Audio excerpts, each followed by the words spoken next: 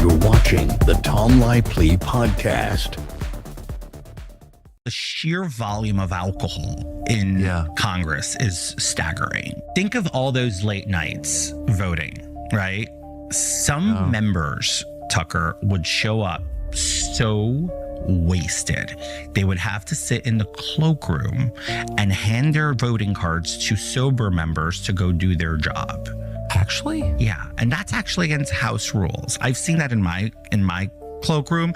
I know it happens in the Democrat cloakroom because I've exchanged notes with a fellow freshman. He's like, it happens here too. It's a shit show. So yeah, I've watched groups of some of my colleagues, some guys who I genuinely like a lot, sit in the corner of the cloakroom completely inebriated, incapable of walking outside, standing still, sticking their card and pressing yay or nay and back, especially when we had long amendment battles with 70 amendments. Yeah. They just hand their cards and say, just vote whichever we're going to vote. Just don't make me look crazy. I've seen it. There is not a problem the Federal Reserve has actually proactively solved in the American economy. They caused the housing bubble. They missed the boat. On Wells Fargo. They fell asleep at the wheel on Silicon Valley Bank. Now Lisa Cook, who's been credibly accused of mortgage fraud, wants us all to believe she can stay in a seat, Dagan, to stop mortgage fraud. Bill Pulte has said this time and again. This type of mortgage fraud undermines mortgage origination. We call it at Azoria the Lisa Cook tax. We did the math on this, Dagan.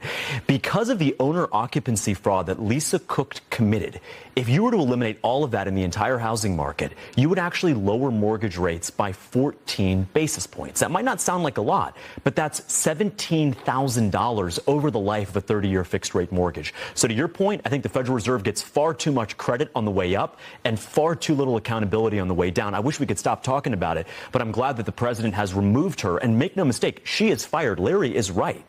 Real quick, what about the January 6th committee? Did they destroy evidence? Is there criminality there? Of course, we're all in that too. And trust me, a lot of people did not get a pardon that were involved in the select committee, and they ought to be keeping an eye on their mailbox because there's a lot to be asked about. And the pardons that were given out were done by an auto pen. Are they legitimate? Well, yeah, I'm the pardon attorney, so I'm in that too. I can tell you we're investigating how the pardons were granted. It was not like anything in the history of America what not Joe Biden, his staffers did, not just with the auto pen, but with faking him out on the memos. More to come, Maria. I'm telling you, Pam Bondi has let us loose, and when this comes out, it'll take the whole of these people's hoaxes down, and we're doing it bit by bit, and it's fantastic. It's a great privilege. Unbelievable. Last month, the Department of Defense was made aware of an Obama-Biden-era legacy program called Digital Escorts. For nearly a decade, Microsoft has used Chinese coders, remotely supervised by U.S. contractors, to support sensitive DoD cloud systems. The program was designed to comply with contracting rules, but it exposed the department to unacceptable risk. I mean, if you're thinking America first and common sense, this doesn't pass either of those tests. So I initiated an immediate review of this vulnerability, and I want to report our initial findings. So the use of Chinese nationals to service Department of Defense cloud environments, it's over.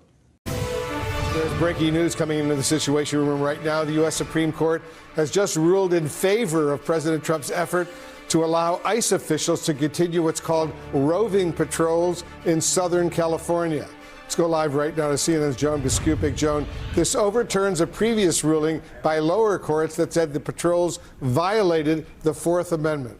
Could she be sued? I know he's a public figure, so the rules are kind of different here, but what are your thoughts? Of course she could be sued. There was malice there, and I would be happy to help sue Rosie O'Donnell. She is a despicable liar and defamer of people, and she shouldn't be allowed to get away with it. You know, she's now moved out of the country. She hates America. She hates American politicians. And she ought to be sued. I hope she is sued. And I volunteer pro bono to help out anybody who wants to sue Rosie O'Donnell on behalf of the president. Rosie O'Donnell is not above the law, and the president's not below the law.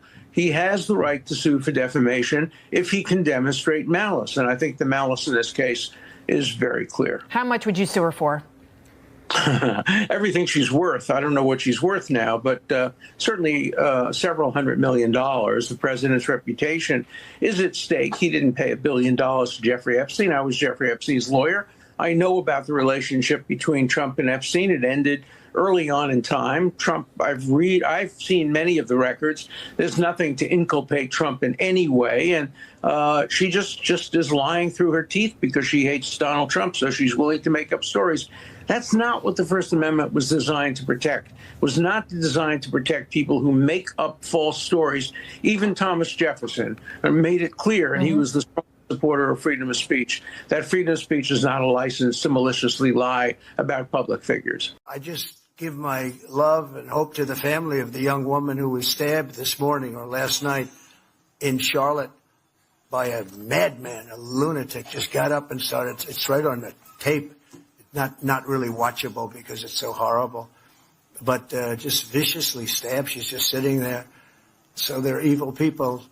We have to be able to handle that. If we don't handle that, we don't have a country. I want to play one more from Robeson. She hits you on the Arizona economy, and I want you to have a chance to say what you think. Here we go. I think when the voters focus in on the general election, Katie Hobbs is going to have to defend a record that's been disastrous. Just on the economy, for example, we went from number 1 in the nation before she took office to number 47. I mean, it's just been a precipitous decline in job growth and job creation.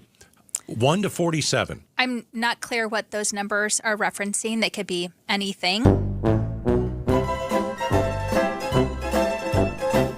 Not clear what those numbers are referencing. They could be anything.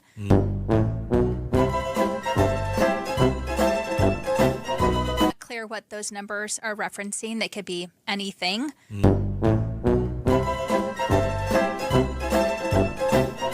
Clear what those numbers are referencing. They could be anything.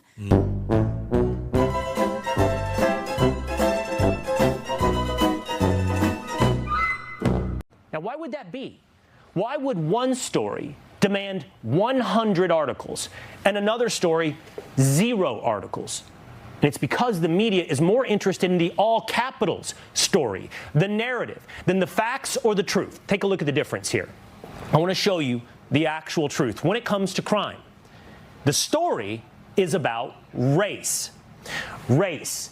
Take a look at the black on white crimes, 385,000 in 2023.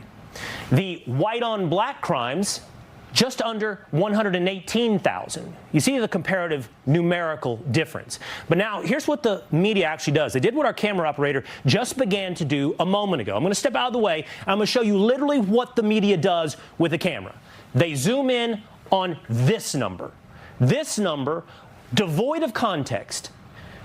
The need for this commission has never been more clear than it was last week when the ineffectual senator from Virginia, a man named Tim Kaine, stated that the notion our rights come from our Creator is, quote, extremely troubling to him.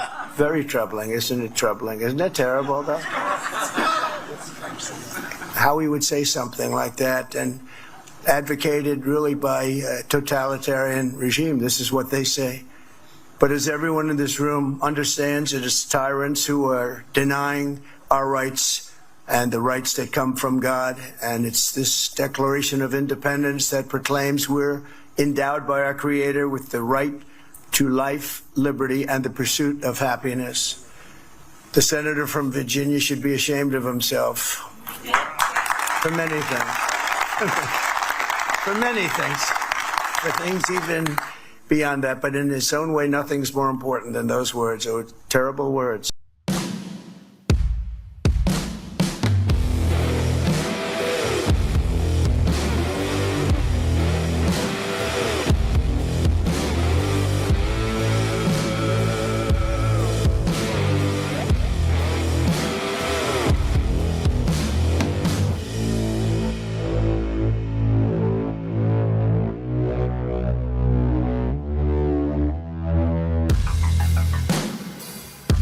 All right, Monday night, and we are live. Hope everybody's doing good. As always, be blessed in the mighty name of Jesus.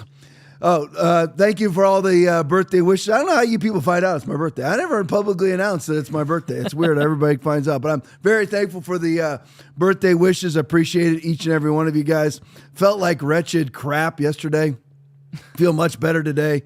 When I was preaching yesterday, did not feel good. Feel better now, thank goodness. But anyway, I don't know what, this year, I never, ever, ever get sick, ever in life. I just never get sick, literally once a decade, if that. And this year, I don't know. It's Aaron, what is it? I think number 3? Yeah. Something like that. Aaron and I both never get sick, and he's been sick I this have year. been too, yeah. And it's been so freaking irritating. But anyway, felt like crap yesterday. Feel better today, about 90%.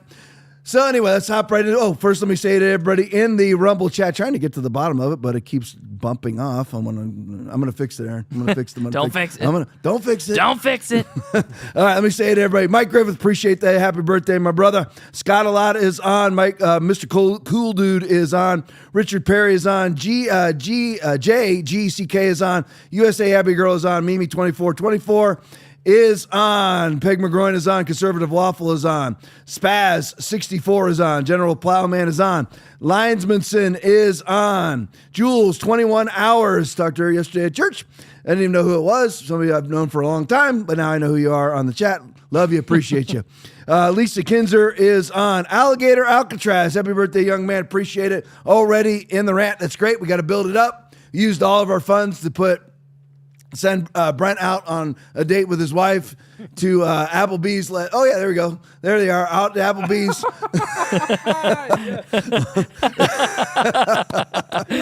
Yeah, baby. Last Friday night, there he is. Eating good in the neighborhood. Just want to tell everybody thank you, guys. You paid for it all.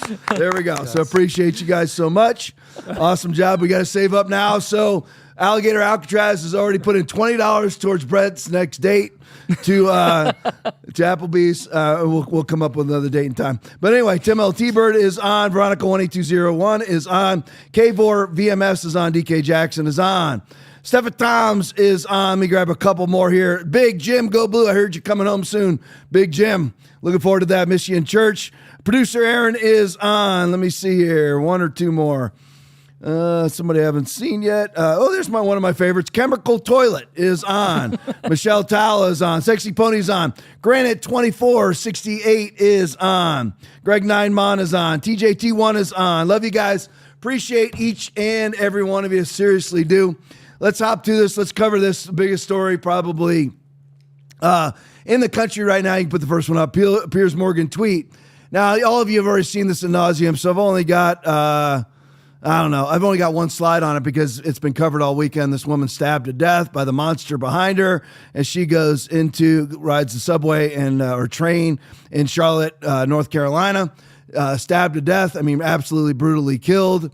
Did nothing, just simply sat in front of this person. Now, what we're going to do here, I'll read the tweet first. Why is the disgusting, senseless, unprovoked murder of a 23-year-old Ukrainian refugee, I don't know, I'll never get the name right, but Erna Sarah, what do you think, Aaron? Zarutska, Yeah, by a man named DeCarlos Brown. That was easy. DeCarlos Brown Jr. on a train in Charlotte, North Carolina, not getting more media attention. Now, here's my problem. Okay, Piers Morgan, he does some decent things, and I like how he stands up to the trans community. But here he's doing the old cuckboy thing. Now, we all know why it's not getting any traction in the media. And why doesn't he simply say it out loud? Because it'll cost Piers Morgan his media credentials. It'll maybe cost him his show. So this is my whole problem with everybody, is I want to know where everybody's prostitution line is. Everybody, seriously, I'll ask myself that. I'll ask you that. I'll ask Aaron. I'll ask Brent that. What is everybody's prostitution line? Where you will tote the line to keep what? I'm just curious, where's it at? Because we're going to talk about why it is this isn't getting any media traction, because we already know. It's been basically, you saw it, I think it was Will Cain on Fox laying it out, how all the Daniel Penny coverage, when you had a white man killing a black man for very justifiable reasons, as that black man was threatening the lives of everybody on the train, he took the guy out. And here this girl simply comes and sits, noticeably disguises herself as an unattractive woman when she's actually a very attractive woman so that she doesn't get any attention, and then gets stabbed to death. She's actually left Ukraine. She's a refugee from Ukraine, comes to America to be safe and is killed. Now, why won't Piers Morgan tell the truth? The truth is that he's a black man and we have a black on white crime problem. Tom, you're a racist. I don't care. I don't have a line. Yep. I don't have a line. My line is I will not deny Christ. Not denying Christ could cost me everything that I have. So I don't have a line. I didn't have a line during COVID. I didn't have a line in law enforcement. The moment that if the state of Florida decided to confiscate people's firearms, I would have quit my job as a cop. You mean you'd risk your $80,000 a year job? Yes, you can always make more money. You can never get back your integrity. Yeah. So, I mean, Piers Morgan, again, does an occasional good thing, but a little leaven leavens the whole lump, 1 Corinthians 5:6. If you're not going to actually say what's true, Piers, then why do you bother being in the media? I mean, all you are, Piers Morgan and everybody else, even the Will Cain piece won't really say it that we showed Fox. You guys are talking about how many black people are victimized by whites and how many whites are victimized by blacks. Well, why didn't Will Cain get into the fact that basically whites get victimized by blacks at 10 times the degree by 13% of the population? Yeah. So why won't people say? Because they're scared they'll be called a racist and that will cost them something. I don't care about that. I mean, I'm not going to sit here for an hour and tell you that I'm not a racist. I'm not going to sit here and tell you that I have a lot of black friends because I have one. I'm not going to sit here and try to justify what I'm saying here. There is a black on white crime problem in the United States of America and it needs to be dealt with. And the reason why there is a black on white crime problem is blacks feel justified in killing and harming whites because they've been told their whole lives that they've been suppressed and oppressed by whites. And it's as far from the truth as anything could possibly be. Yep. If anything, you have more rights as a black person because they give you these special rights to the universities and everything else. Affirmative action, DEI, CRT, and everything else. So they feel justified in killing white people. Now, again, this isn't the majority of black people. It's not. But it's enough of a percentage that it's now become a major problem in the United States of America. Where you just have random, and it's never black people victimizing other black people in these random killings. Now, most blacks are killed by other blacks, 97%. But, of course, the white police officer like Brett and I, we're the greatest existential threat to black people. And on average, between 9 and 17 blacks are killed by police officers every year. And are far more likely to be killed by a black officer than a white officer because the white officer will lose everything if he kills a black man. Yep. So that's all lies. But because all these lies have been perpetrated on the black community, they believe it. Hands up, don't shoot. It's absolutely a lie. By the way, the guy who actually made up out of whole cloth the hands up, don't shoot thing, that was all made up by a BLM activist. Everybody knows that, right? He was just killed himself, gunned down in the streets in Ferguson, Missouri. By I'm pretty darn sure another black man. The man who made up hands up, don't shoot was just killed himself. He was killed by the very, very community standards that he advocated for. He was killed by them. So here we are. And that's the discussion that needs to be had. So why, Piers Morgan asked, why is the disgusting, senseless crime not being discussed? Well, because it's black on white, Piers. And you know it, but you're such a cuckboy, you won't say it. I mean, you're just such a coward, you won't say it. That we have a major black on white crime problem. All right, let's go to the next one. And wokeness tweet. Here's another one. Say her name. This is a woman who's about to become a veterinarian. Dr. Julie, I'm not going to, Chanel, something like that. She was killed yesterday while walking her dog in Auburn, Alabama. Why is it that we don't have any whites killing blacks? I mean, what? You know why? Because there aren't any. Because it's not happening. You're like, Tom, it has to happen. Yeah, it happens every now and then. It happens every freaking hour the other way around. And everyone's afraid to talk about it. Except for those of us on the right like N Wokeness. Who has a massive following on Twitter, me being one of his followers.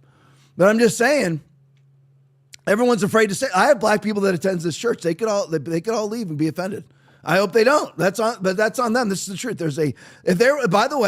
If there was a white on black crime problem, guess what I would be reporting on in this podcast? Yep. Just like I do when I don't agree with Trump, right? We don't run from it, do we, Aaron? No. We don't run from it. Trump does stuff we don't like. We talk about it. Yeah. I get all angry about it. Yeah. I rant for hours about it. So, I mean, it's just whatever. That's what I'm a sycophant for, is the truth. She was killed yesterday while walking her dog in Auburn, Alabama. Rashid Dabney arrested and charged. I mean, again, why has this guy no nationalist? Can you just imagine if it was a black woman killed by a white man? Oh, dude. Can you imagine it? But it's not. Why isn't it being covered? Because of the consequences to the media that will cover it. Plus, it's not just the consequences of the media. The media themselves have a narrative and agenda. The narrative and agenda is white men are the greatest existential threat to America. And that's just not proven out in the statistical data, so they don't report the inverse of that. They just leave it out because it doesn't support their agenda.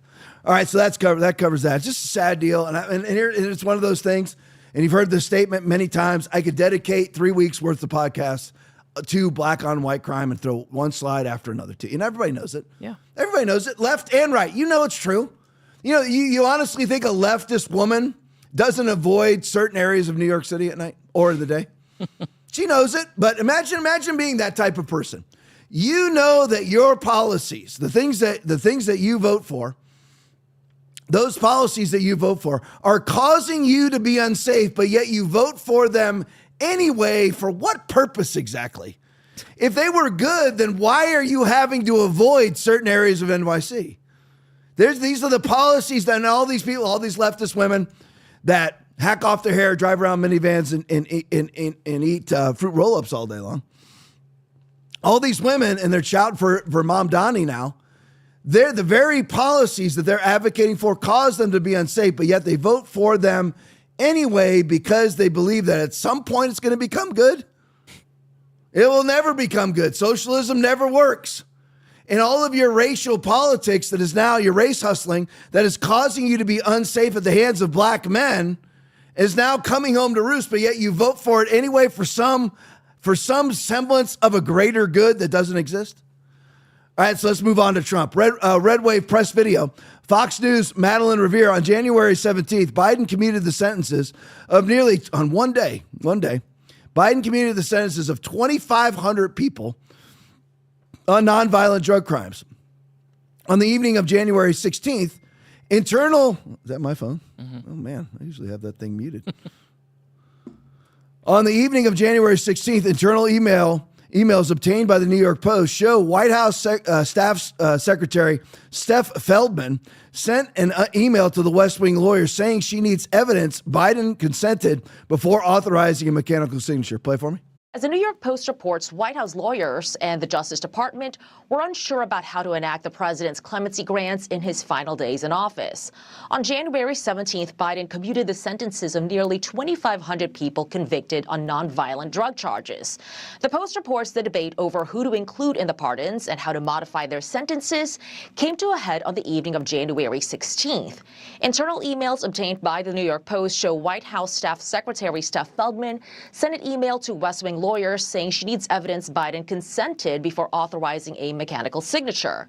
One of the people who received the email, Deputy White House Counsel Taisha Dixon, reportedly sent the message to the Chief of Staff to the White House Counsel's office, Michael Posada, saying, Michael, thoughts on how to handle this? He does not review the warrants.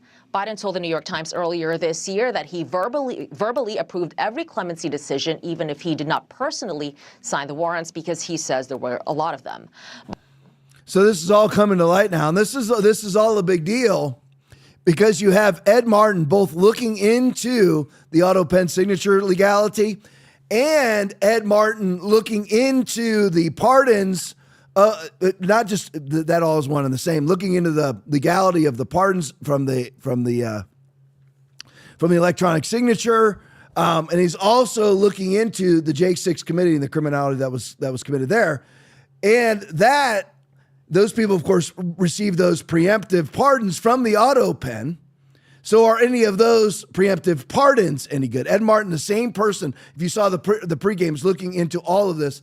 And this again, to Trump's credit, this is different. And I know all of us out there, we've heard it. We can choose to be black-pilled if we want to. I choose not to be black-pilled. I can't live that way. I can't just, it's over. Because Trump is doing things differently than anybody else in history. I mean, seriously. I mean, whether it's, the National Guard, which is staging right now outside of Chicago, what the National Guard taking over D.C., the blowing up of the cartel boat, which I fully support. And a myriad of other things, cutting of funding, the Roe v. Wade, a myriad of other things. And there's other things that I don't agree with either. But the good way out, 8 out of 10 times I agree with Trump, and maybe even more than that. So here, though, this investigation is vitally important because of the pardons given to Democrats that need to be on trial. J6 committee members need to be on trial for destruction of evidence. They burned up, basically, figuratively speaking, literally and figuratively speaking, literally, digitally burned up all of their investigative material for the J6 committee. Why would you ever do that if it was righteous? If it was above board, I mean, all of us, when do we ever destroy things? We destroy them when they don't have any usefulness, or we destroy them when we're trying to hide something. So all of these people and why would they need a preemptive pardon when you were on a J6 select committee? Well, because you destroyed all the evidence, just like Hillary Clinton did with the 30,000 deleted emails. They destroyed all of their investigative material. So just looking at this thing real quick here. On the evening of January 16th of 2025, internal emails obtained by the New York Post show White House Staff Secretary Steph Feldman sent an email to West Wing lawyers saying she needs evidence. Why would she need evidence? I mean, does everybody see this? I mean, how many of you know this never occurs in the Trump administration? And here's the thing, it probably never occurred in any administration except for Biden's administration. Right. She needs evidence. Biden consented before authorizing mechanical signature. Why would that be? Because obviously there was a lot of mechanical signatures that were done without authorization. Yeah. And all of these people now, right before now that they know they're leaving office, they want to have their butts covered. They want to make sure it's musical chairs and they're not left without a chair when the music stops. The New York Post, 6 minutes later, Deputy White House Counsel Tiesha Dixon, one of the email recipients, forwarded the message to Michael Posada, Chief of Staff to White House Counsel's office. Michael, thoughts on how to handle this? He does not review the warrants. You don't review the warrants? What he's talking the warrants? She is actually talking about. She's talking about the pardons, not warrants. There's just people that don't know what they're talking about. He doesn't review the warrants. It has to be pardons because obviously the White House doesn't issue warrants. Right. So she's talking. He doesn't review the pardons. So who was pushing all these pardons? There's not a whole lot to say about this, except if you get it because we're not in the know. But if all of these signatures for these pardons, these e-signatures, these what they call mechanical signatures, if they are invalid, these auto pen signatures, if they are invalid, all of these people need to be prosecuted. And here's the thing, again, and you've heard me make this argument many, many times.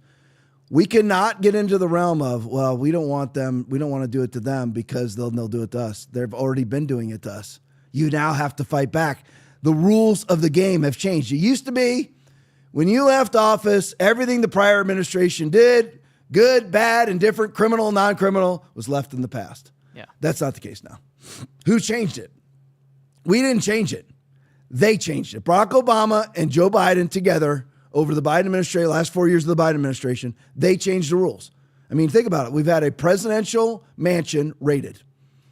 We've had Donald Trump brought up in 4 different jurisdictions on criminal and civil charges. Navarro in prison. Bannon in prison. Both of those people from this J6 committee that the auto pen signatures are the auto pen signature exemptions applies to, that we now want to pardons, we now want to prosecute. Those people sent Bannon and Navarro to prison. This is not tiddlywinks. These are not like low-level games here. This is a big deal. Yeah. You have people sending people to prison on false pretenses. I can't get into it. I mean, again, it has to do with the ability of a select committee to issue subpoenas. They didn't have it because it wasn't a select committee, even though it was called a select committee because Jordan and Banks were kept off the committee. And they replaced Jordan and Banks with Nancy Pelosi's Republican selections, which was Liz Cheney and Adam Kinzinger. So it wasn't a select committee because the party and the minority didn't get to select their 2 members of the committee. So they weren't allowed then to issue subpoenas. They weren't, and then, so if you're not allowed to issue a subpoena and you issue a subpoena anyway, aren't you allowed to then blow it off? Which is what Navarro and Bannon did, and they went to prison for it. So the rules of the game has changed. I mean, we could have done the exact same thing to Eric Holder because Eric Holder, also Obama's former AG and best buddy, wingman, he also blew off a select committee subpoena, and Trump didn't do anything about it. Trump didn't go after Hillary either. But now the rules have changed. So all these people need to go to federal prison. And all these emails are showing is that the auto pin signatures were never actually approved. They're actually approved by staffers, which then makes all of these pardons invalid. And a key way to do it would be to subpoena and have testified Joe Biden.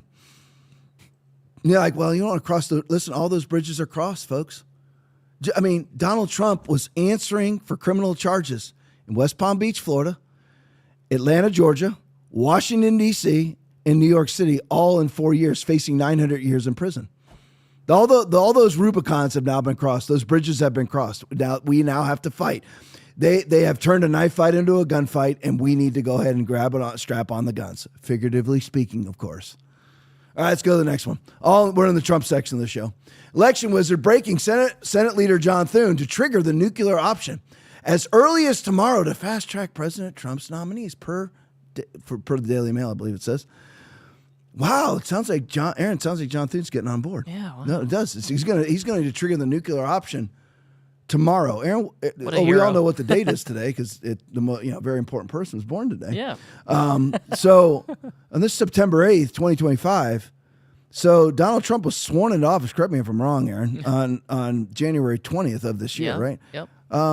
Now, has anything changed in the Senate since then? No. Okay, how about the House? No. Okay, good. Oh, just checking real quick. Epstein flight log? Let me see. Hang on, let me see. Yeah. Nope, nothing. Okay, nothing. Okay. Yeah. So Johnny Thune has been in charge of the Epstein flight log and these nominees for all this time. But Johnny Thune has an R in front of his name, Aaron. Yeah. Okay. Now, what's his Liberty score? 49%? Yeah. It's 49 because Corn is 51, right?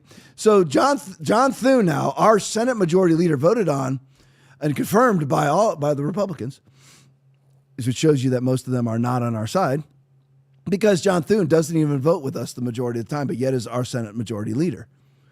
Now, why wasn't this nuclear option triggered? Why wasn't it triggered a month ago? Yeah. 2 months ago. 3? Yeah. 4?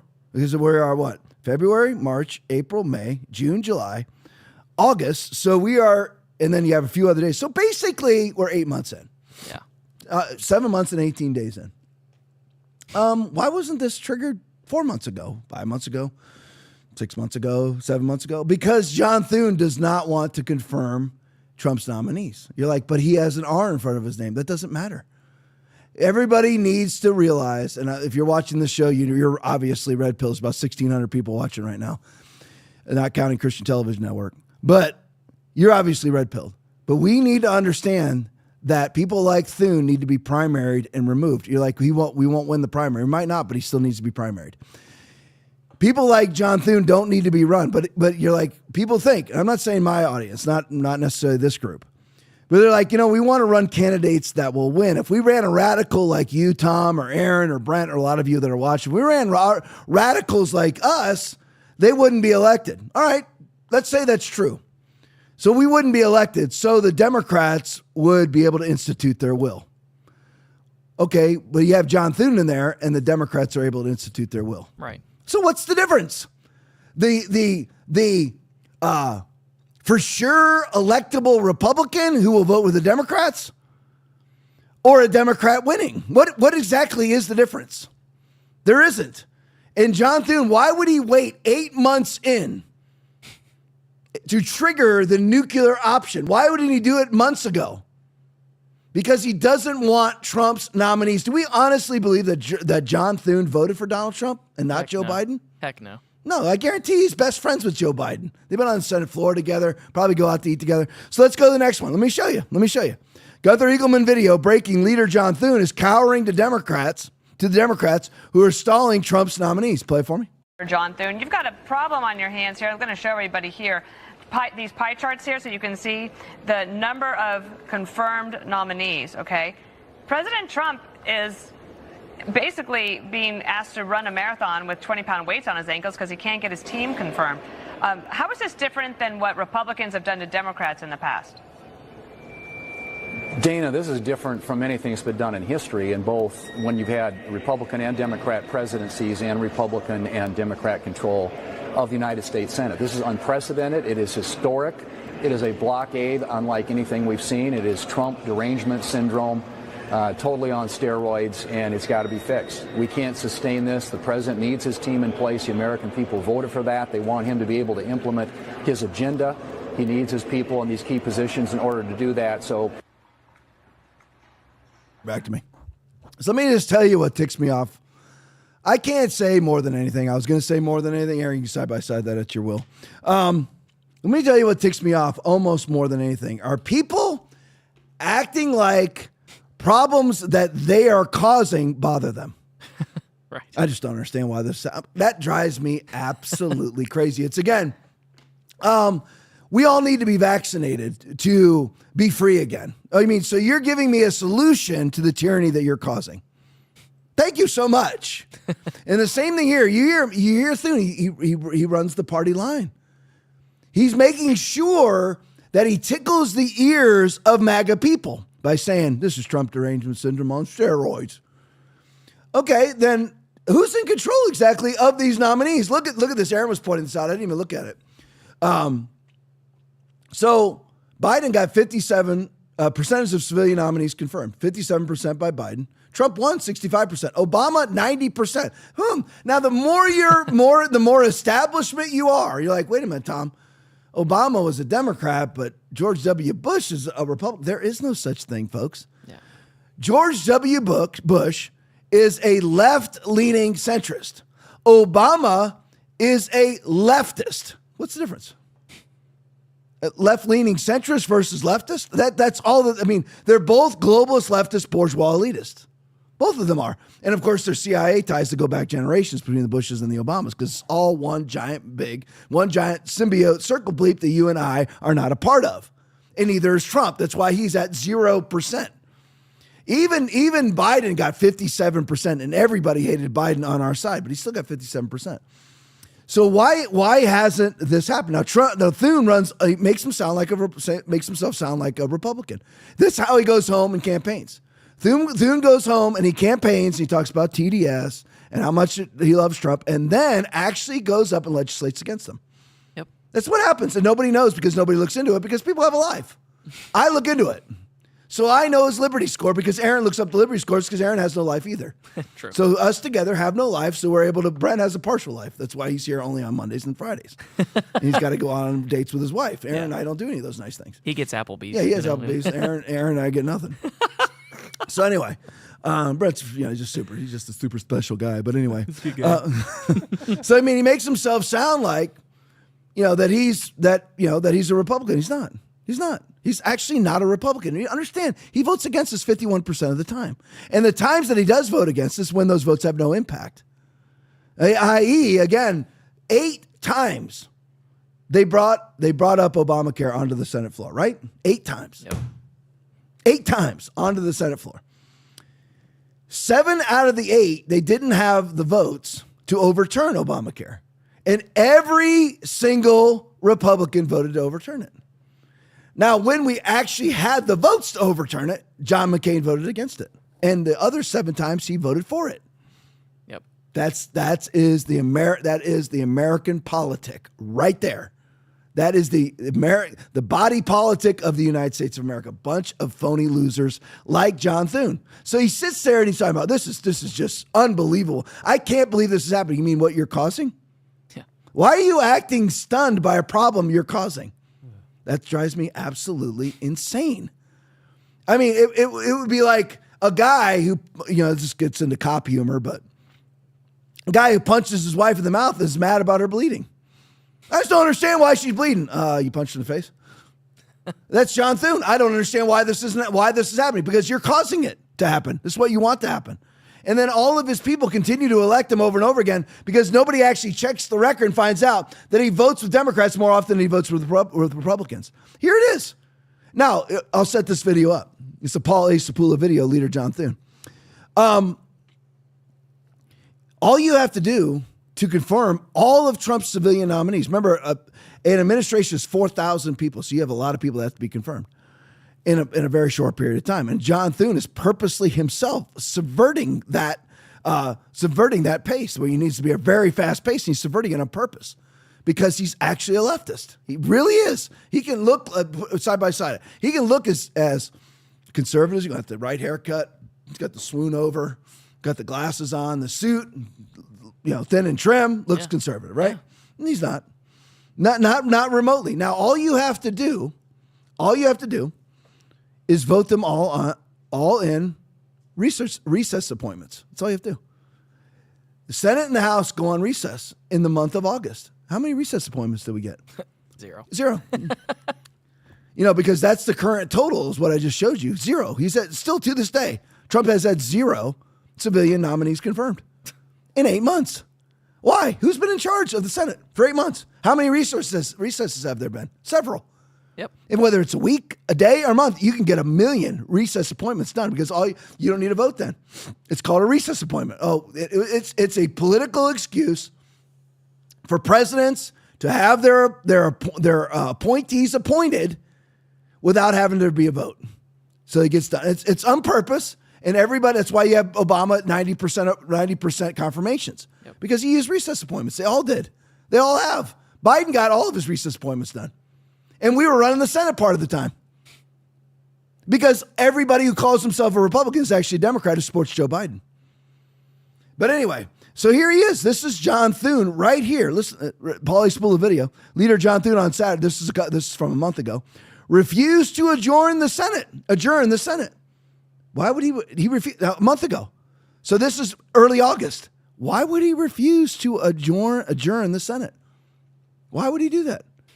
What you can do to avoid recess appointments if you want to sabotage the president, Republican or Democrat, what you do is you have a skeletal assembly of senators stay there, so that it's officially in session, where it's not recessed.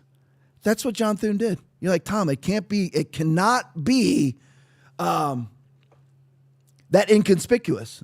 Oh, that conspicuous. Yes, it is. It's in our, does Trump know? Trump knows Thune's his enemy. He knows Thune's his enemy, but he still has to work with him anyway because he'll never get a civilian confirmation or any confirmation. But here we are 8 months in and not one civilian's been confirmed yet. And here's Thune setting up the skeletal session so that it can't be called a recess so Trump can't have recess appointments. Play it for me.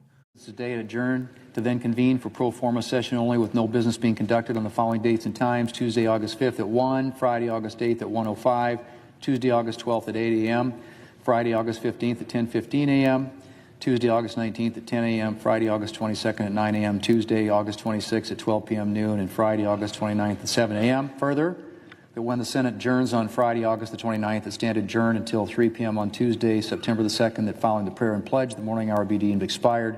The general proceedings be approved today at the time for the two leaders be reserved for the use later in the day in the Senate resume. The motion to proceed to calendar number 115 S2296. Finally, notwithstanding Rule 22, the cloture motion filed on Saturday, August 2nd. So you see him, he's setting up the prayer, the opening ceremony, so every day they're in session. So there is John Thune blocking Trump's civilian nominations by keeping the Senate in session. Why would he do that? When Trump could have basically gotten all of his nominees confirmed via recess appointment during the month of August. Why would he do that if he's pro-Trump? See, I'm just trying to, and I know I'm beating a dead horse here. I'm trying to convince everybody that everybody's against us. Yeah. They really are. Yep. With a few exceptions, everybody's against it. These people don't want conservatism. They want, liberalism is too, they want a fascistic liberalism is what they want. A merging of governance and corporatism that they rule over. A have and a have not system, including John Thune. Go to the next one for me. Donald Trump's True Social post.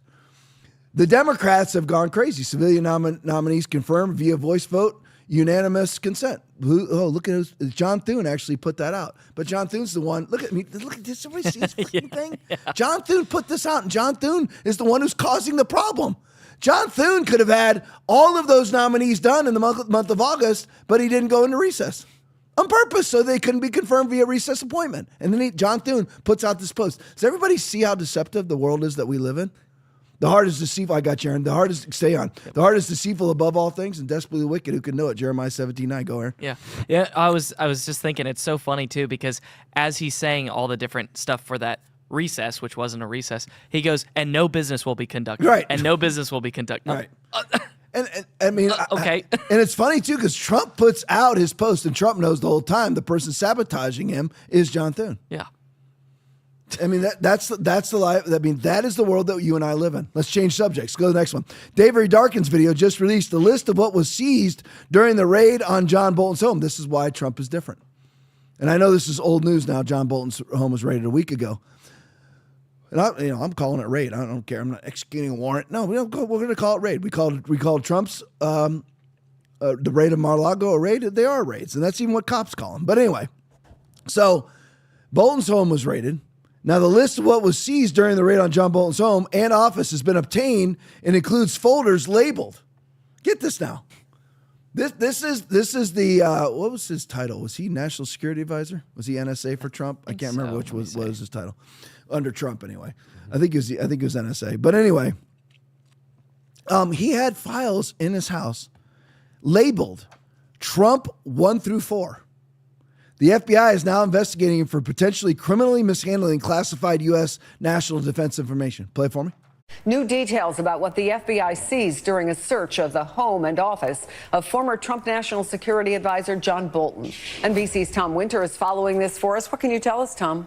So, Chris, these documents were unsealed as a result of an effort by NBC News and other media news organizations asking the court, because in the District of Maryland where this search and Bolton lives within the confines of that jurisdiction, we are able to get the search warrant returns, basically what they took. And you're looking at it right there on screen. The several cell phones, several computers, several USB drives, and then a white binder labeled Statements and Reflections to Allied Strikes, typed documents and folders labeled Trump 1 through 4. This document might be more notable for the information contained on the first page, which says that the FBI is searching for evidence that may show he illegally gathered, transmitted, or lost defense information, or engaged in unauthorized removal and retention of classified documents or materials. That's what it says the reason for this search in the first place.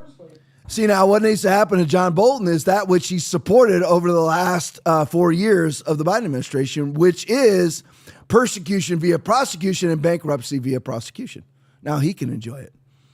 Now he can hire all these attorneys at $600 an hour and defend himself and be bankrupted, just like General Flynn, just like Roger Stone, just like Navarro, just like Bannon. Trump wasn't bankrupted, but Trump spent millions upon millions of dollars in his own defense. Trump entered the White House in 2017 worth $4 billion. He exited the White House worth $2.7 billion. And how much did he lose over the 4 years of the Biden administration when he was being civilly and criminally prosecuted for basically the entirety of those 4 years? The moment that he announced that he was running for president, immediately all these lawsuits started and all these criminal prosecutions started. That is the level of corruption that you and I live in. That is the United States of America. Not the essence of the United States of America, not what we were founded on, but that's what we have morphed into, beginning in 1913, which I don't have time to get into. All right, so that's the Bolton angle. Go to the next one for me. Paul Sperry tweet: breaking sources tell me FBI HQ has located a sensitive email. A top Comey official, Randall Coleman, wrote to himself November 7th, 2016. Aaron, you ever written yourself an email? No, probably not. I don't think I've ever written myself an email. Maybe it's once. kind of weird because people maybe to remind yourself of something, but they don't do that. They actually write exonerating emails, because Susan Rice did the same thing when she left the White House. She sent an email sent to herself telling herself that they did everything above board. Oh, wow. I remember this day that we had this conversation and we did everything by the book. Well, if she emailed herself. She emailed herself telling her that, telling herself. And uses that as evidence to exonerate herself. Let me writing my own pardon. Let's see. we have Tom proof. Laipply is pardoned for everything he's ever done. They see, I have a pardon. Yeah, third party too. Right there. There it is. Aaron witnessed it. I signed it. Yep. wrote to himself November 7th, 2016 to make, you're like, Tom, this is 2016, it's 2025. If we don't prosecute these people, they're coming back again. The very people that raided Mar-a-Lago were the ones that conducted the collusion hoax that were left over. Yeah, the ones who went to the magistrate in Florida to get that wacky warrant to raid Mar-a-Lago were the same people that were running the collusion hoax. Same thing, same people. Why? Because that's the evidence they were trying to get out of Mar-a-Lago, was the evidence that proved that it was a conspiracy against rights, the collusion hoax. To make sure, Randall Coleman wrote to himself November 7th, an email, to make sure the record showed, see what I mean? An exonerating email about yourself. I briefed McCabe to make sure that he could dump it on McCabe. Showed he briefed McCabe, the director of the FBI at the time, referenced discovery of 347,000 guys. Jeez. Plus Hillary emails on Anthony Weiner's laptop from her secured server. That nobody's in prison. And Weiner goes to prison for sending naked pictures of himself to a 14-year-old. But he's not in prison for this, and neither is Hillary. These were classified emails on Anthony apropos named Weiner's laptop. Unsecured. And Randall Coleman makes sure that he sends himself an exculpatory email to make sure that he's off the hook, that he did, in fact, report it to the FBI director. Right. And McCabe, last three words, did nothing. Does everybody realize the level of criminality here? The level of criminality that you are the Secretary of State and you are sending classified emails to Anthony freaking Weiner, and nobody's deleting them, and there's 347,000 of them on his laptop. And not just that criminality, but everybody had that in their possession and charged no one. Folks, saying that it's a two-tier justice system is the understatement of the century. Yeah. Folks, you and I, if we had one piece of classified information that we removed from a SCIF or that we weren't allowed to have, or we had it on an unsecured server, which is a violation of the law, you and I would go to prison. Now, again, the example, the guy who snapped a picture on the submarine of the console he worked behind. Just here, he gets his camera out. Sailor making $17,000 a year. I'll take a picture. There he takes a picture. There we go. Takes a picture of the console that he works at. Doesn't reveal any nuclear. He goes to prison for a year. Yep. And gets dishonorably discharged. What does Hillary get for 347,000 classified emails on Anthony Weiner's laptop? Nothing. And this is not, again, this is not inconspicuous. This is in our face conspicuous. It's in our face, and nobody does anything about it. But Trump is. Trump is doing something. People are, as much as I can't stand what Thune does, black-pilled people drive me nuts too. Because if you're going to lie to yourself and say that Trump does nothing good and that nothing's ever going to work, okay, then you're actually living.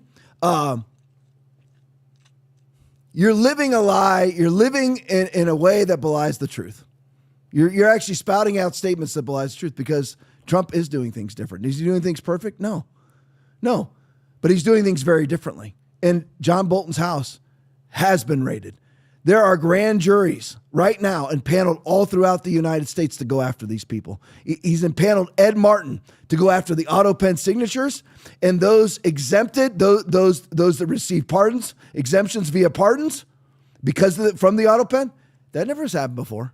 So if none of it, after all of this happens and nobody goes to prison, John Solomon from Just the News said, if nobody's indicted by Christmas, then we'll know that it's not true.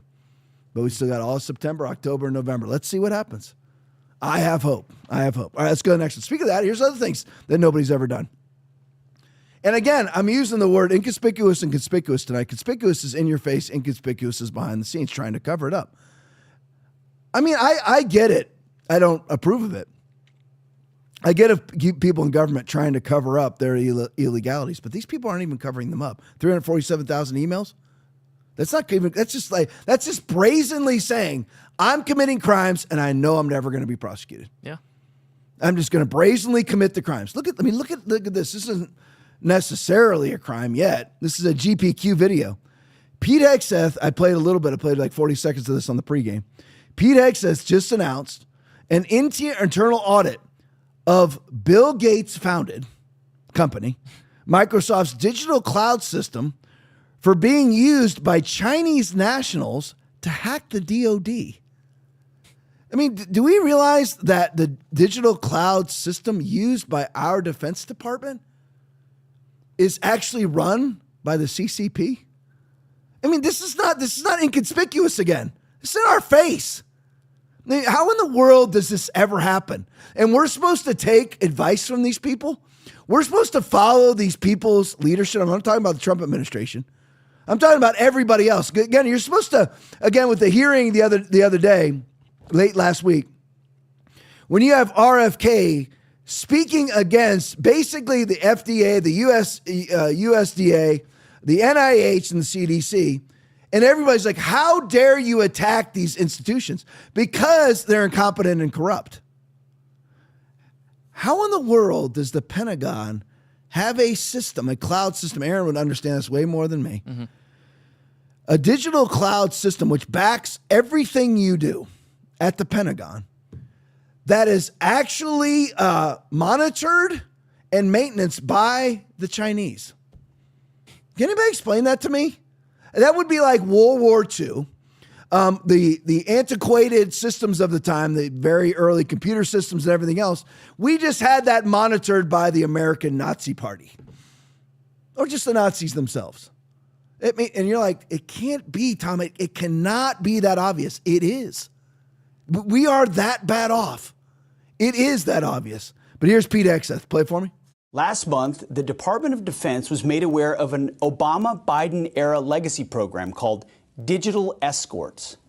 For nearly a decade, Microsoft has used Chinese coders, remotely supervised by U.S. contractors, to support sensitive DoD cloud systems.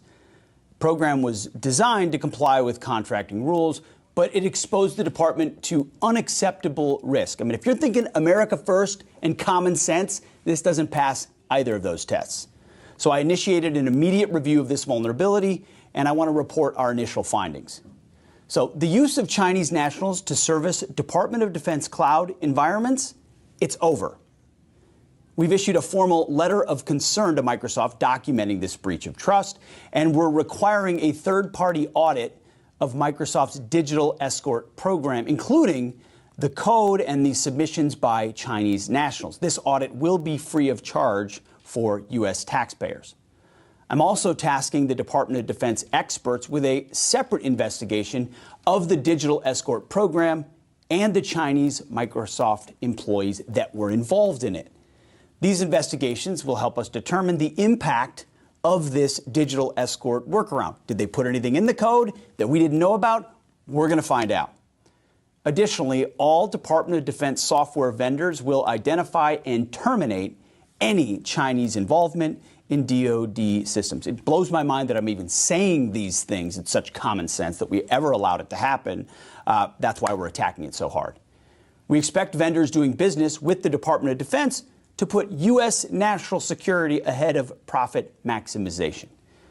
I'm committed, like the president is, to ensuring that our national security networks are secure. Again, it's America first, and it's common sense. This never should have happened in the first place, but once we found out about it, we've attacked it aggressively from the beginning, and we're going to follow all the way through the tape to make sure that this is addressed. So DoD is working in conjunction as well with our partners in the rest of the federal government to ensure that all U.S. networks are protected. God bless. Sorry that the speech is off on that video. We don't know why that happens on the videos because they're good before, and then somehow something happens in translation. I have no idea, translation, whatever it is, and suddenly the speech doesn't match the mouth. That absolutely drives me crazy. Yeah. Just so you know, whenever I see it, it drives me nuts. But anyway, we don't know why that is yet. Some kind of tech glitch. We'll fix it. We'll figure it out somewhere along the lines. We'll get it. We're gonna make tech great again. But again, how in the world do you have the Department of Defense with the digital cloud system being used by Chinese nationals. It's set up by Chinese, monitored by Chinese, maintenance by Chinese. How does this happen? People just sell out our national security for their own personal profit. All right, let's go to the next one. Eric Doherty video. Let's go into the border now. Breaking: ICE has just arrested Kenyan national who is a convicted sex offender in Tampon Tim's state of Minnesota. Play for me. Our first stop is an address in Plymouth. It's the home of a convicted sex offender and former director at the Minnesota Department of Education, who Alpha News exposed in June, sparking an online firestorm over the state's hiring practices. Wilson Tindy, a Kenyan national, was convicted of sexually assaulting a sleeping woman in the Twin Cities after breaking into her home. Tindy pled guilty to the crime 9 years ago. A judge ordered his removal from the United States. But a federal judge ultimately ruled that Tindy's removal was not warranted. Tindy spent 18 months in ICE custody and then landed taxpayer-funded positions at 2 separate Minnesota state agencies. After our reports, Tindy's status has changed. We really have to go through, work with our legal team to make sure that the conviction would qualify for, removability from the U.S. So it did take us kind of a long time and a lot of research with help from our legal team, who are amazing. We did come up with a immigration charge because of his criminality. We do have, a warrant of arrest for him today. So, just praying all goes well and everyone remains safe during the arrest. So this isn't a random pickup on the street today like the media likes to portray?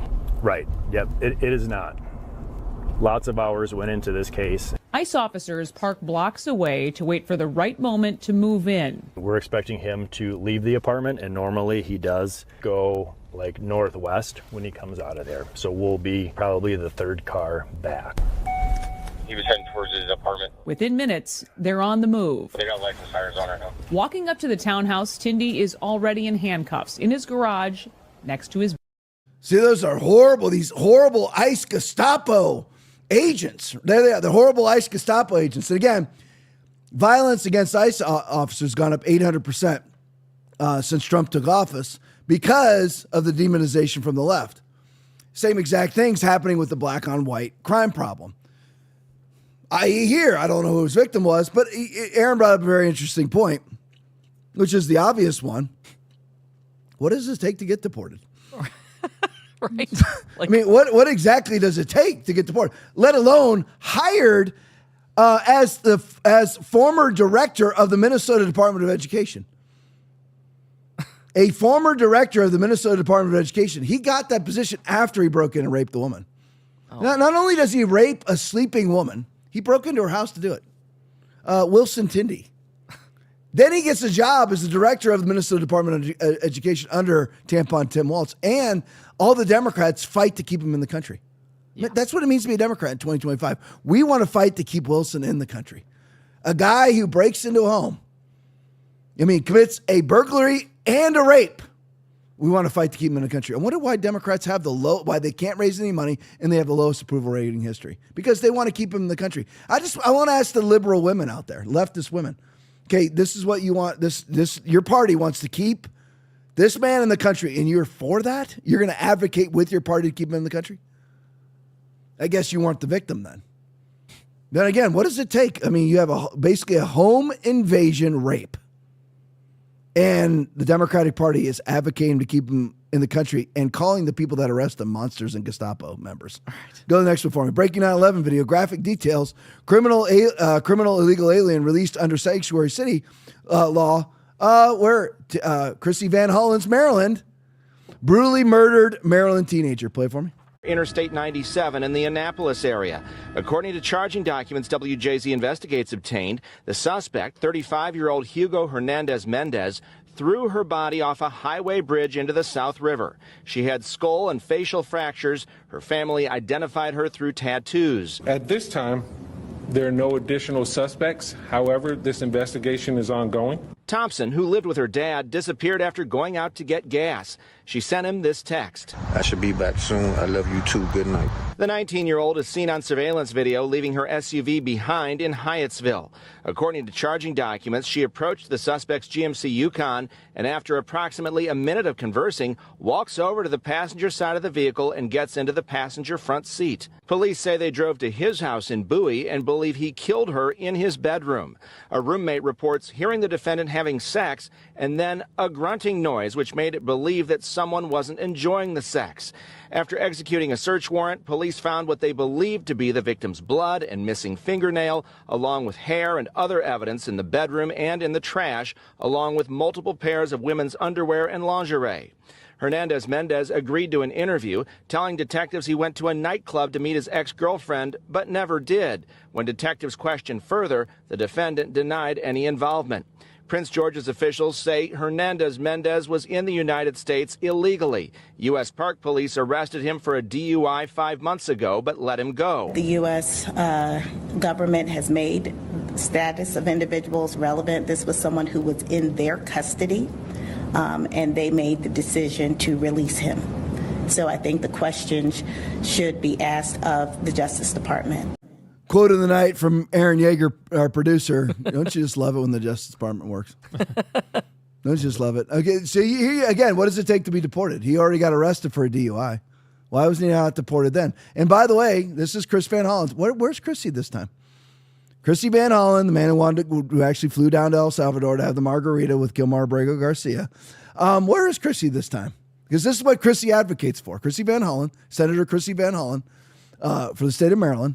This is Maryland Man too. And by the way, that's how ABC News characterized it. Yeah. Maryland Man. Again, that guy right there, Maryland Man. And Aaron brought up another point. This is Aaron's story. Where's Black Lives Matter? Yeah. You had a Hispanic guy pick up a woman, bash her skull in, dump her off the side of the road, and no BLM? Oh, that's right. Because it doesn't fit the political narrative. So, yeah, you have to have a white person do it, not a guy who checks two boxes. He's Hispanic and illegal. Right. So that Black life now doesn't matter because the person who murdered that Black life checks boxes that the Democratic Party has no interest in prosecuting. Right. Or getting rid of, or deporting. I wonder if now he'll get deported because of the Trump administration. But I wonder if Biden was president right now, there'd be people advocating to keep him in the country.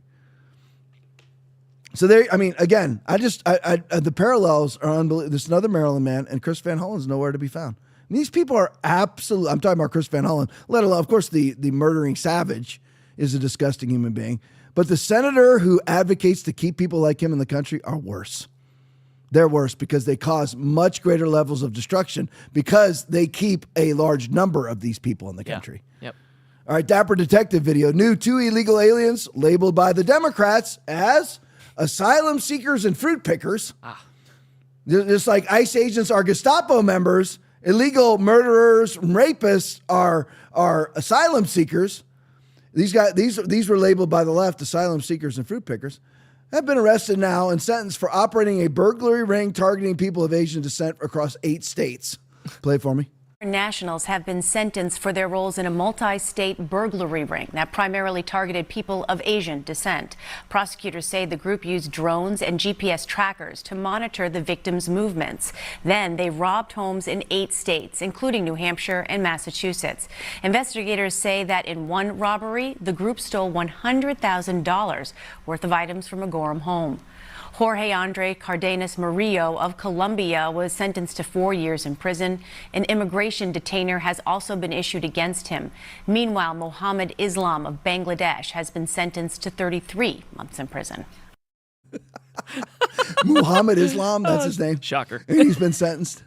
All right, so now it's time for Big Tommy to have some fun. All right, so we have health expert, Aaron, if you could side by side this. Here's health expert, Chris Christie.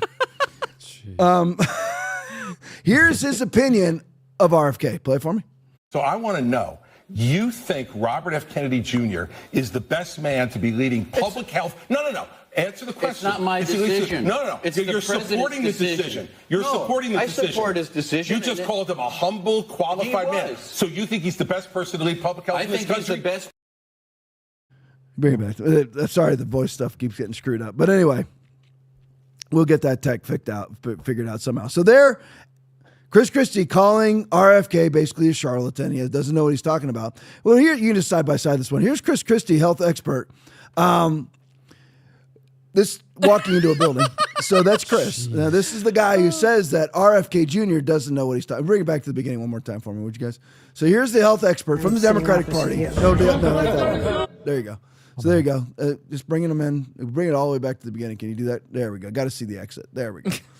That's the health. I mean, how do your pants stay up? Can anybody tell me that? Because how does that work? That's a massive belt. I mean, because I'm assuming that's going. What do you call, Aaron, the fat layer that goes over your like the fupa? The fupa. The fupa. Because yeah. I'm assuming the belt's going on top of the fupa. Yeah. Oh yeah. It's not underneath the fupa. Oh no, that's like up to his waist. Right. So if it something like that's how their pants fall down really easily, right? Somehow or another. Yeah. All right. So that's health expert Chris Christie.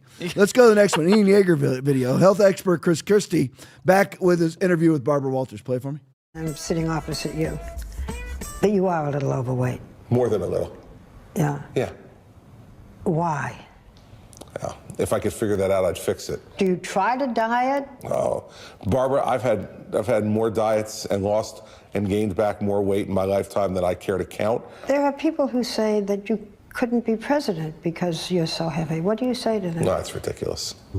I love it when people say, I don't know why I'm fat. Now, I've been fat lots. Yeah. I mean, I've spent most of my adult life fat. I mean, fatter than I should be. I've lost the same 40 pounds 40 times. I mean, I'm not dealing with, Chris Christie's dealing with 250. Like, he needs to be losing like 200 pounds. I'm dealing with 40 pounds that I take on and off a bunch of times. I'm like mid-fat right now. I'm mega fat, mid-fat, and lean. Right now, I'm mid-fat. But anyway, I keep all those clothes at those different levels too. But I love when people say, I don't know why I'm fat. I know why I'm fat. I mean, it's very simple. The reason why you're fat is you eat too much, and you eat more than you burn. That's why you're fat. Yeah. I love when people act like it's a mystery. It's like John Thune. I don't know why the nominees haven't been confirmed, because you refuse to confirm them, John. There's really no mystery here. Now, Chris Christie doesn't want RFK in. But he wants this person in. See Reason video. Play it for me. What would you say to folks who think that they're being reasonable by saying, why can't children just wait till they're 18? Adolescence is hard and puberty is hard. What if you're going through the wrong puberty? What if you inside feel that you are female, but now you're going through a male puberty? The argument is, well, they're too young to know. I want to make it clear that for prepubertal children, there are no medical procedures done. The standard of care allows them to explore that with therapy.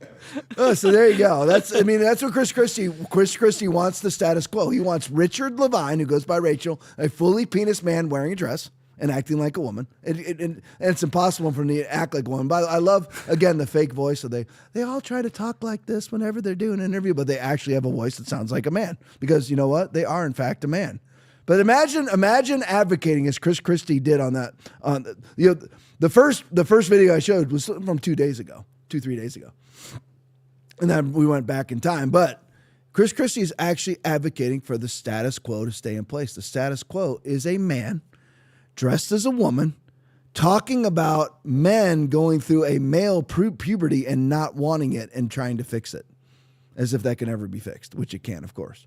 All right, that's good. 10-12 tonight. Hope everybody's doing. Oh, man, look at holy moly. Those are all birthday wishes. All birthday wishes. Thank you guys so much. I'll still donate them to Applebee's night for Brent. But Rumble Rants tonight, Keeper 1376, $25. Robin Aroni, $25. Jules 21 Hours, $20. Gucci Buckeye, $20. Alligator Alcatraz, $20. Harry Tackle, $20. Naz Yeager, $10. Tim L. T-Bird, $5. Thank you guys so much in the rant. Appreciate you. Love you. Listen, the post game is really good. It's got some serious stuff in it. It ends with her little Chris Christie video that you got to see that I just found to be really funny. So stick around for the post game. Also love you guys in the chat too. Didn't say that yet. Stick around for the post game. Love you guys. Back here tomorrow night, 9:00. God bless you. You're never going to be able to resist sin. Tom, what are you talking about? What about James 4:7? Submit yourselves therefore to God. Resist the devil and he will flee from you. What does resist translate into? Actively fight against.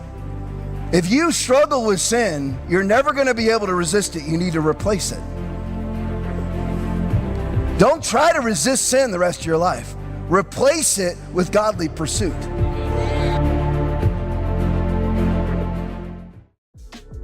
Have you ever had a question you were too afraid to ask? Or a thought you knew everyone was thinking but no one dared to say out loud? Welcome to the Hope Hotline, where nothing's off limits and we say what others won't. Real talk, raw truth, your questions finally answered. Thanks for watching the Tom Laipply podcast. We appreciate your support. As a special thank you, when you donate $25 or more, you will get a free TLP koozie. Enjoy your favorite cold drink while tuning in to our latest takes on current events. Your support keeps us going. Donate now to claim yours. You got a lot of shit when G came to California. Yeah. And, you know, the big narrative was, and I tend to believe it, is, you know, we hear a lot about San Francisco and the homelessness and pooping on the road and all that kind of stuff. And it seemed like all of that was cleaned up when G came to town. Yeah. Is that true? Complete bullshit. That's complete bullshit. I know folks say, oh, they're just cleaning up this place because all those fancy leaders are coming into town. That's true, because it's true. When I find myself in times of trouble, Mother Mary comes to me, speaking words of wisdom, let it be. And in my hour of darkness, she is standing right in front of me, speaking words of wisdom, let it be. Let it be. Let it be, let it be, oh, let it be. Whisper words of wisdom, let it be. When the broken-hearted people living in the world agree, there will be an answer, let it be. For though they may be parted, there is still a chance that they will see. There will be an answer. You consider yourself a feminist? As a nice, easy answer, yes. I think so. Yes. Yeah. Do you guys think that women, if we were to get into a war, should be enlisted in the draft? No.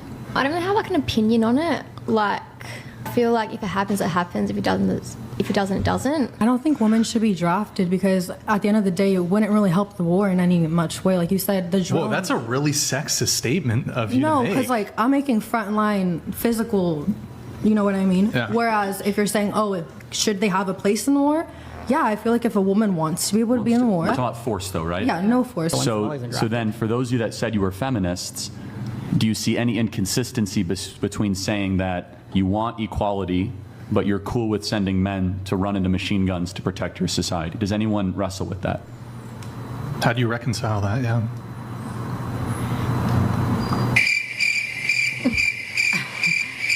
Lady, why the f do you have a mask on? It's so crazy.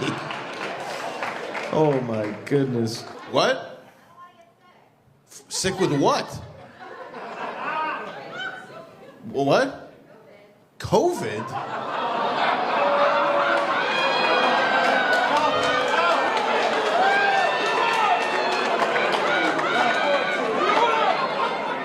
You're sick in the head.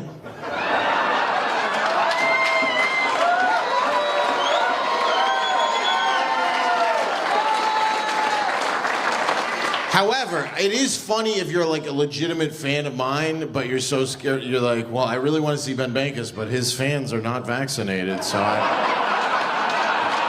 Not taking any chances at a bed. Wait, aren't you more worried about getting stabbed out on these shitty streets? Why are the streets like this? Why is it terrifying out there? Because people like you voted for it because you're retarded. What? It's her birthday? Oh, she's pregnant. Okay. She can't smoke a cigarette. Why? Why? Because your doctor told you that?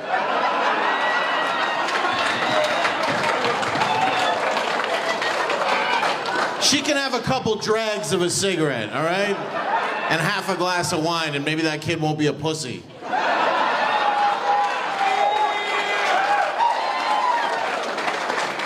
This country was built by men who were born from women that smoked cigarettes the entire... And I'm not saying it's right, but those kids were less retarded than the kids now. You really thought this was a good point. You weren't born that way, but they were. You think they're just all lying? Why would they be lying? And you think anyone who doesn't think like me is mentally ill? There's actually something profoundly wrong with you. Yeah, sure. Well, nobody said what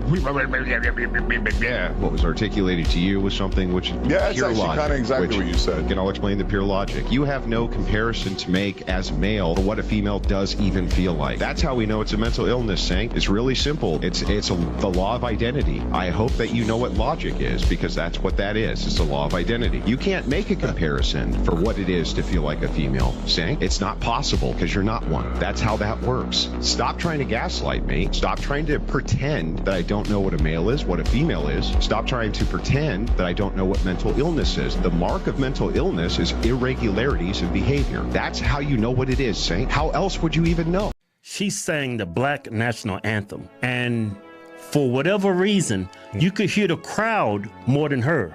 Right.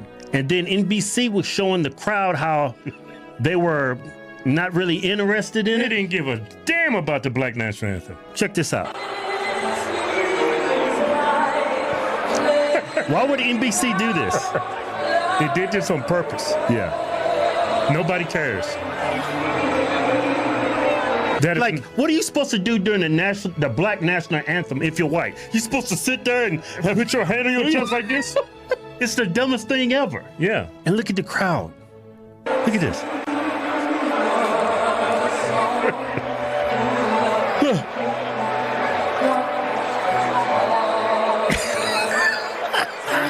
Kevin, ain't nobody trying to hear that. I ain't trying to hear that. She's a beautiful singer.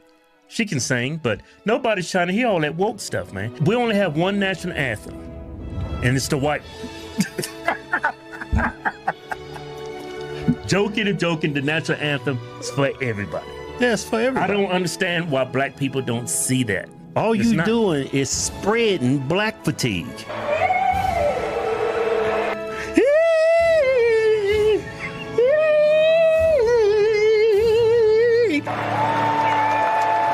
You know why they're cheering? It's over. Would you consent to your 6-year-old daughter marrying a 54-year-old man? My 6-year-old daughter. The fact that you have to think this over is terrifying. Would you allow your 6-year-old daughter to marry a 54-year-old man? No. Hell no. I would slay any man. See how quick that was? Would you allow your 6-year-old daughter to marry a 54-year-old man? Let me rephrase the question in a very concrete way. Do you advocate for changing the law that would allow 6-year-olds to consent to marriage? In this country? Yes. Do I advocate for it? Why is he embarrassed to answer that question? It's a simple yes or no. Do you think that Saudi Arabia should allow 6-year-old children to marry? Yes and no. Yes and no. Ladies and gentlemen, that should shock you. That is a problem, and it is a problem that emerges out of the example of Muhammad, and that is exactly why, as a Christian, I reject the example of Muhammad. Oh, isn't that nice? Oh, somebody's made a friend. Who's on it? Not only a Yankee fan wearing a Judge t-shirt. So this is why baseball is the greatest sport in the game. Melendez throws it to this fan, so pumped, but he's like, you know what? No, I got to give the baseball to a kid. But then later in the game, Gooby, when Walsh hits the home run, the kid's dad's going to come up with the baseball. He's like, here you go. Now you got your ball back. You got two. He's like, you know what? No. Oh, this is incredible. Gives it back. That is so amazing. Look at that. He's like, no. She's like, that's so cute. There it is. I was rooting for the girl myself. And she wins in the end. Drop that because there's some booze. Oh, look at that. That young man just gave it to that younger lady. That younger lady. How about that? Good for him. Now look at this. I mean, already a gentleman. That is very nice. Gotta share. Look at nice. Look at everything. He's got a hat, pin, the glove, and now a baseball, Red Sox shirt. Yeah, good range by that fan, and then give it to a kid. This is tremendous. Look at that. Don't eat the ball, son.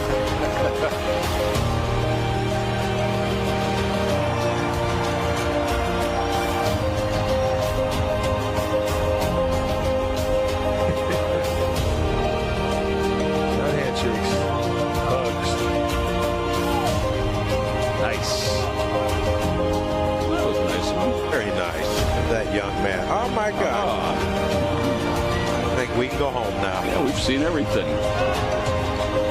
I want to know, you think Robert F. Kennedy Jr. is the best man to be leading public health?